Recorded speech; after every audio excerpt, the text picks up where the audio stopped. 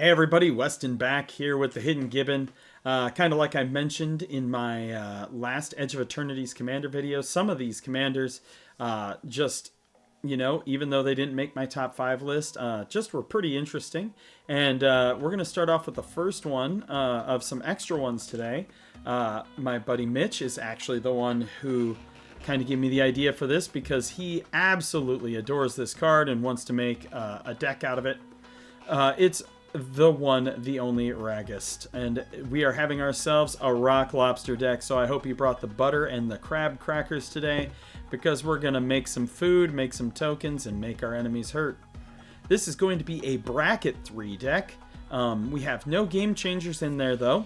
I didn't want to make something hyper powerful, I just wanted to play something mid-tier and leave it so that way if you wanted to use this deck, you could always upgrade it or downgrade it as you wanted. It's got 2 tutors in there, Inventor's Fair and Urza's Saga. And of course the commander is Ragost, Deft Gastronaut. I managed to actually open this guy in the Edge of Eternities cards that I got. I got both the regular and the not regular, and my alternate art one is shiny, which is pretty cool. This commander deck is going to revolve around making tokens and using your artifacts to sacrifice, so that way with Ragost, Deft Gastronaut, you can deal some damage. Now, I will say, there are some combos in this deck, but none of them are 2-card combos. They are 3-card combos. And I will explain them as we get to them.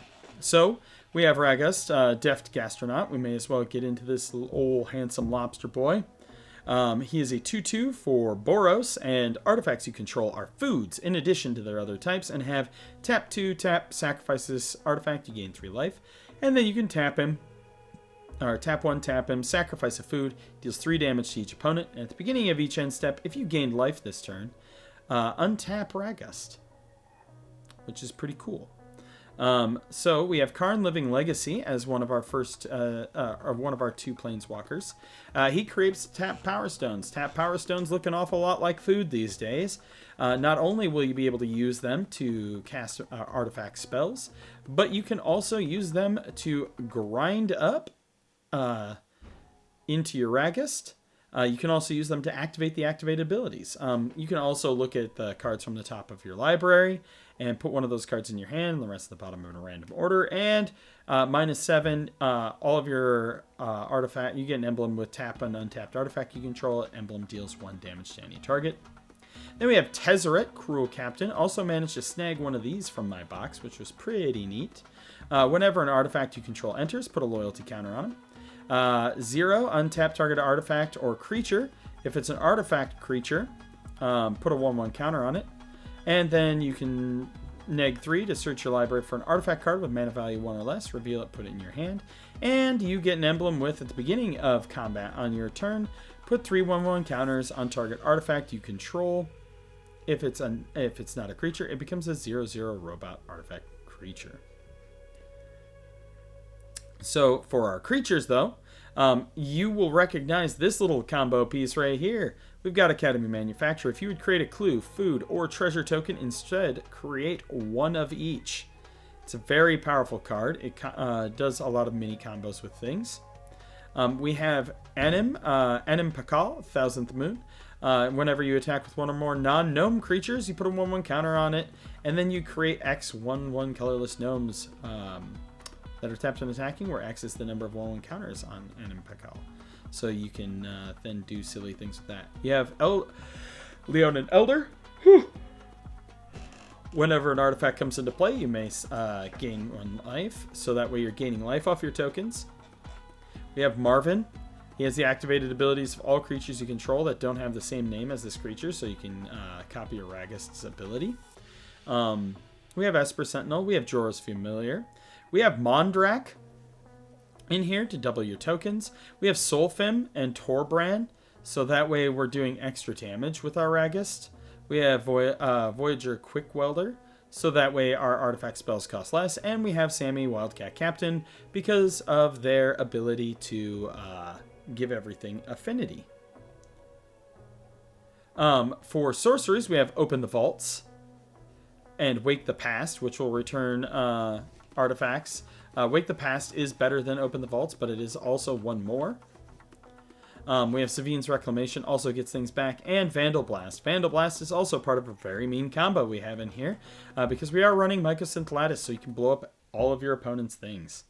For instance, we have Boros Charm, Deflecting Palm, which is the next time a source of your choice would deal damage. A source of your choice would deal damage to you this turn. Prevent that damage. If that damage is prevented, it deals that much damage to that source's controller. It's a good little protection spell. And then Thrill of Possibility, as an additional cost to cast a spell, discard a card, draw 2 cards. For artifacts, here's our other big beef. We've got our mana rocks in Arcane Signet, Felwar Stone, Boros Signet. Somewhere down yonder is a Soul Ring. Yep. Unwinding Clock to untap, Talisman. So you're going to notice some cards in here. We have Kark Clan Ironwork. Sacrifice an artifact to add 2 colorless mana. That combos with Nuka-Cola Vending Machine. So whenever you sacrifice a food, create a tapped treasure token. And so then you have these 2 that you can make mana with. You can combo that with your Ragost. You can combo it with Grinding Station. Fun times there. It's a little bit vulnerable because they're artifacts. And then Clock of Omens, which is tap 2 untapped artifacts you control, untap target artifact. So you create the food, sacrifice the food. See what we're getting at here? Yep. Make a bunch of mana. We have Liquid Metal Torque, so target permanent becomes an artifact. We have Instant Ramen. It's a food, and it's ramen. We have Mage Right Stone, untap target creature. That creature has the activated ability. It's to untap your Ragost. So that way you can do it a couple times each turn. Basilisk Collar, so that way you can give your Ragost Lifelink and Death Touch. Mostly the Lifelink. We have Nutrient Block, also a food. We have Lembas Bread, also a food. Scrap Heap, whenever an artifact or enchantment is put into a graveyard from play, gain 1 life. 1,000-Year Elixir, untaps a creature. Well of Lost Dreams, so that way when you're gaining life, you're able to pay and get that back. And then we have the Lattice. All permanents are artifacts in addition to their other type. All cards that aren't on the battlefield, spells and permanents are colorless. That's very important, so people can't like Blue Elemental Blast you anymore. And players may spend mana as though it were mana of any color. For enchantments, we have Anointed Procession, so we can double our tokens. Caretaker's Talent for more tokens. Authority of the Consuls gains you life. Curse of Opulence gets you gold tokens. Descent into Avernus gets us treasure tokens and also starts hitting everybody. We've got Lifelink, Spirit Link, Lifelink, Spirit Link, and Spirit Loop. All that go on the Ragost. We also have whenever a non-token artifact you control enters, which we have a lot, create a colorless artifact token named Munitions, which is when this token leaves the battlefield. It deals 2 damage to any target, so you're going to be pumping out a whole bunch. Sheltered by Ghost. And Smuggler's Share. At the beginning of each end step, draw a card for each opponent who drew 2 or more cards this turn, then create a treasure token for each who had more lands enter the battlefield this turn. We're running 37 lands, including our artifact lands with Ancient Den, the Great Furnace, and Darksteel Citadel.